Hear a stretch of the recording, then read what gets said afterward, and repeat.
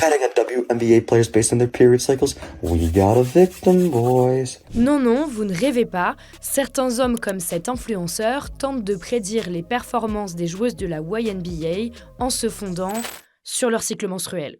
Depuis quelques années, la Ligue féminine de basket nord-américaine casse les records, mais si les paris sportifs sur le championnat féminin ont pu augmenter jusqu'à 67% l'année dernière chez certains opérateurs, cet engouement n'attire malheureusement pas que des passionnés.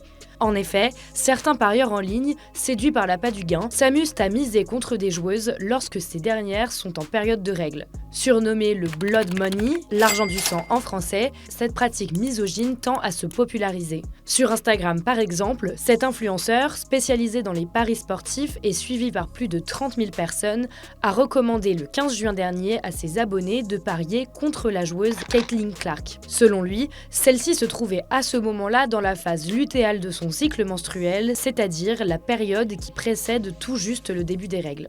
She is on the end of her late luteal phase, meaning a decrease in cardio, decrease in strength, decrease in aerobic system. She's going to be tired more often than in a normal game.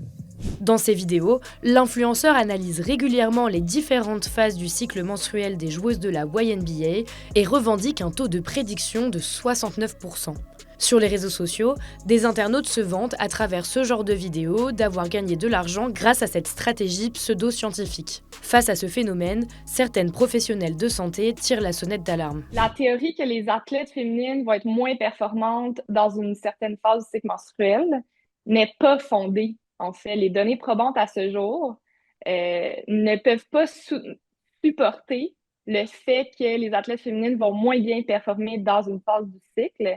Quand on voit ça, ça peut propager de la désinformation scientifique, ça soulève des enjeux de protection des données, mais aussi d'un point de vue commercial du sport féminin, s'il y a des gens qui pensent qu'il y a des athlètes pendant à peu près une semaine sur 4 peuvent être moins performantes, les gens ils vont peut-être mettre moins d'argent dans le sport féminin. Ce n'est malheureusement pas la première fois que les basketteuses américaines font face à des comportements sexistes.